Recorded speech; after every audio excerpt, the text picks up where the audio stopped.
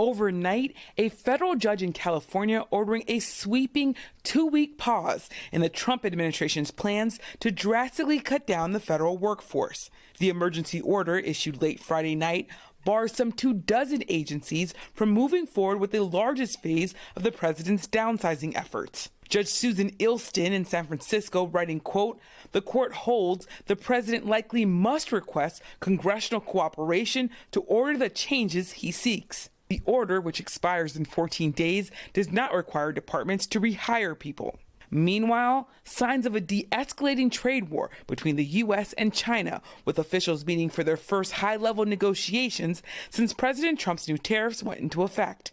Treasury Secretary Scott Bessent and Trade Representative Jamieson Greer, both in Switzerland, to meet today with top Chinese officials to try to hash out a deal. On Friday, President Trump sounding optimistic about the talks. I think we're going to come back with a fair deal for both China and us. The president saying he would be willing to lower his 145% tariff on China, posting online, quote, "80% tariff on China seems right." It's unclear whether China would be willing to lower its 125% retaliatory tariff imposed on U.S. imports. President Trump also saying he plans to keep some tariffs permanently. We have many deals coming down the line, but we always have a baseline of 10%. And the president sending mixed messaging about taxes. 3 Republican sources told NBC News that on Thursday, he privately urged House Speaker Mike Johnson to raise the tax rate on the wealthiest Americans as lawmakers begin writing a massive bill focused on President Trump's agenda. I actually think it's good politics to do it where richer people give up, and it's a very small, it's like a point, but they give it up to benefit people on a lower income. But President Trump also posted online that Republicans should probably not do it, but that he would be okay if they did. There is also news on the immigration front. Stephen Miller, a top aide to President Trump, says the administration is actively looking at suspending due process protections for unauthorized immigrants who are in the U.S. Peter?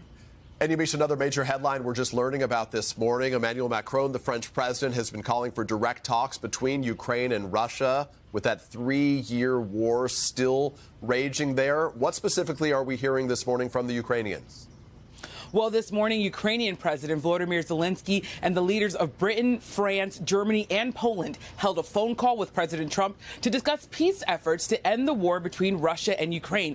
Top Ukrainian officials said the call was productive and that the leaders were ready for a full, unconditional ceasefire, though it's not clear whether Russia will agree to that. Peter? Yeah, the first step they're looking for is a 30-day truce there. Yamiche Alcindor with the latest from the White House. Yamiche, thank you so much. Hey, thanks for watching. And don't forget, you can catch the Today Show every morning on NBC or take Today when you're on the go. Just follow the Today podcast on Apple Podcasts, Spotify, or wherever you listen.